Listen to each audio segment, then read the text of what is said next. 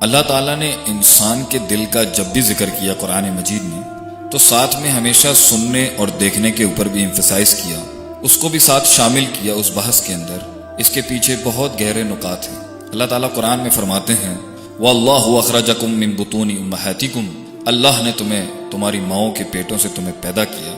لا تعلمون شیئا، علم نام کی کوئی چیز نہیں تھی تمہارے پاس، جانکاری نہیں تھی، کسی چیز کا ادراک نہیں تھا، کوئی معلومات نہیں تھی، حق اور باطل کی اس وقت کوئی ایجوکیشن نہیں تھی۔ وَجَعَلَ لَكُمُ السَّمْعَ وَالْأَبْصَارَ وَالْأَفْئِدَةَ، پھر ہم نے تمہیں آنکھ دیے، کان دیے اور دل دیا، لَعَلَّكُمْ تَشْكُرُونَ، تاکہ اس سننے اور دیکھنے کے بعد تم اس دل کے ساتھ ایک ایسی سمجھ، ایک ایسا فہم، ایک ایسی فکر، ایک ایسا نظریہ بناؤ جس سے تم کیا کرو، لَعَلَّكُمْ تَشْكُرُونَ، اس امید کے ساتھ کہ تم اس میں سے ایک نیکی، پرہیزگاری، تقوی، عاجزی، انکساری اور عبادت کا عمل یعنی شکر جو اس کا ایک جز ہے، تاکہ تم اس شکر کو ادا کرو۔ آنکھ اور کان سننے اور دیکھنے کا انسان کے دل کے ساتھ ڈائریکٹلی تعلق ہے، اس لیے قرآن مجید، فرقان حمید، کتاب مبین، برہان عظیم انسان کے سننے اور دیکھنے کے اوپر بہت رہنمائی بھی کرتا ہے، تنبیہات بھی کرتا ہے اور انسان کو نئے نئے مشاہدات کی دعوت بھی دیتا ہے۔ لوگ کہتے ہیں کہ شاید ہم سائنس میں بلیو نہیں کرتے،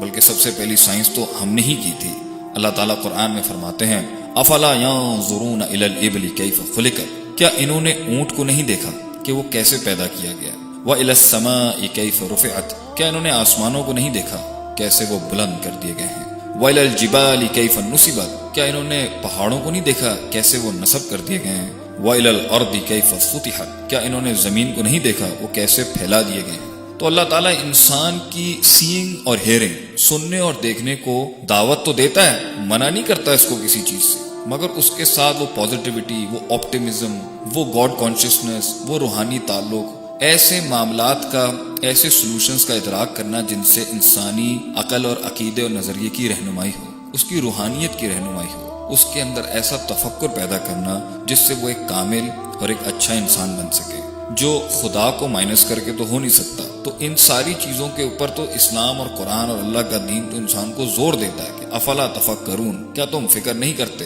کیا تم تدبر نہیں کرتے؟ کیا تم تذکر نہیں کرتے؟ کیا تم نصیحت حاصل نہیں کرتے اللہ کی مخلوق کو دیکھ کے؟ لیکن ایسی نظر، ایسی سمجھ اور ایسا سننا جو انسان کو اللہ سے دور کر دے، جو انسان کو اپنے نفس کا یا لوگوں کے نفوس کا غلام بنا دے، اللہ نے اس کی سخت تنبیہ کی ہے، اس سے روکا بھی ہے، کیونکہ ایک بڑا اصول یہ ہے کہ سیکھے ہوئے کو انسیکھا کرنا آسان کام نہیں ہے۔ اس لیے ایک دفعہ وہ غلط الفاظ یا وہ غلط نظریات دیکھنے سے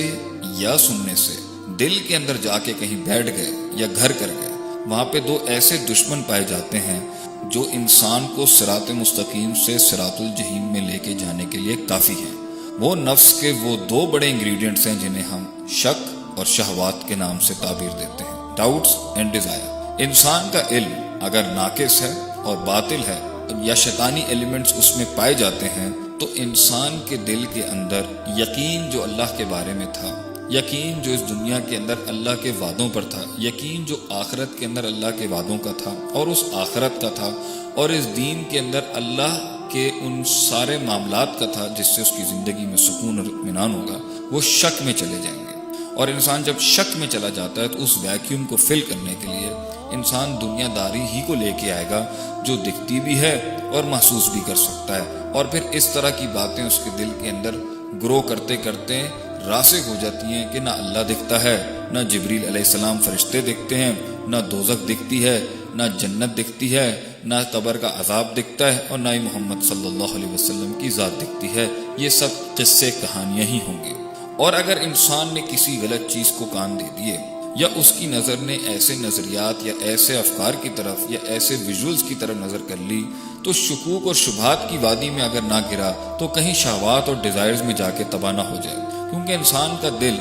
جتنا زیادہ انوالوڈ ہوگا، ہم روکنا نہیں چاہتے اس چیز سے کہ انسان کام نہ کرے، اس دنیا کے اندر تعمیر نہ کرے، اس دنیا میں پروڈکٹیوٹی نہ ہو، مگر اس کے ساتھ ایک محاسبہ، نفس کا محاسبہ، زندگی کا محاسبہ، عمل کا محاسبہ اور نظریات کا محاسبہ لازم ہے۔ اس لیے تو اللہ قرآن میں کہتے ہیں وَلْتَنظُرْ نَفْسٌ مَا قَدَّمَتْ لِغَدٍ، ہر انسان کو چاہیے کہ وہ دیکھے کہ اس کی نفس نے آگے کے لیے کیا بھیجا ہے۔ مگر کام کرتے ہوئے اگر کوئی غلط ایسے نظریات یا ایسے ویژول یا ایسی باتیں سننے کو آ گئی تو وہاں پر دوسرا جو بڑا اس کے اندر انگریڈینٹ ہے، جو اس کے نفس کے اندر اس کی روح کے ساتھ جڑا ہوا ہے، جو ڈیزائر اور شہوات کا ہے، وہ اسے مغضوب علیہم بنا سکتا ہے، وہ اسے حق کے رستے سے توڑ سکتا ہے۔ اور یہ دو امراض اور دو بیماریوں کے ساتھ انسان کی جو دینی پروڈکٹیوٹی ہے اور دنیاوی پروڈکٹیوٹی ہے وہ تباہ ہو سکتی ہے، وہ برباد ہو سکتی ہے، اور انسان کا جو یہ لمبا سفر جو وما خلقت الجن والانس الا لیعبدون کے لیے شروع ہوا تھا اور اس صراط مستقیم سے وہ ڈیویٹ ہو سکتا ہے۔ اس لیے ہمیں اپنے خارج میں ایسی چیزوں کو پیدا کرنا ہے، ایسے معاملات کو پیدا کرنا ہے، ایسے نظریات کو پیدا کرنا ہے، ایسی چیزوں کو ڈیولپ کرنا ہے جس سے انسان کی روح اور اس کی اندرونی روحانی زندگی کی نشوونما ہو سکے، جس سے وہ ایک پازیٹیو آپٹیمسٹ انسان بن سکے، جس سے وہ ایک ہمبل عاجز اور انکساری کرنے والا اللہ کے ہاں اس کا عبد بن کے رہنے والا انسان بن سکے، لوگوں کی خدمت کرے، وضع الشیء علی موضعہ کے تحت ہر چیز کو اس کی وضع پہ رکھے، اس بیلنس اور اس ایکولیبریم پر آئے جہاں وہ انسان بنے اور اللہ کو اللہ کا حق دے اور لوگوں کو لوگوں کا، مخلوق کو مخلوق کا، حیوان کو ان کا اور اس کائنات کو اس کا۔ اور اس دنیا سے جب رخصت ہو تو اس دنیا میں پودے لگا کے گیا ہو، تربیت کے، تعلیم کے، پازیٹیوٹی کے، مثبت خیالات کے، روحانیت کے، اسپرچویلٹی کے، قرآن کے اور حدیث کے۔ اللہ تعالی ہمارے سننے اور دیکھنے کو اور ہمارے دل کے سمجھنے اور اس کی فکر کو، اس کی حفاظت کرے اور اپنے منہج اور اپنی تعلیمات اور اپنے اصولوں پر اس کی تربیت کر کے اسے ایک کامل انسان بنائے۔ السلام علیکم ورحمۃ اللہ وبرکاتہ۔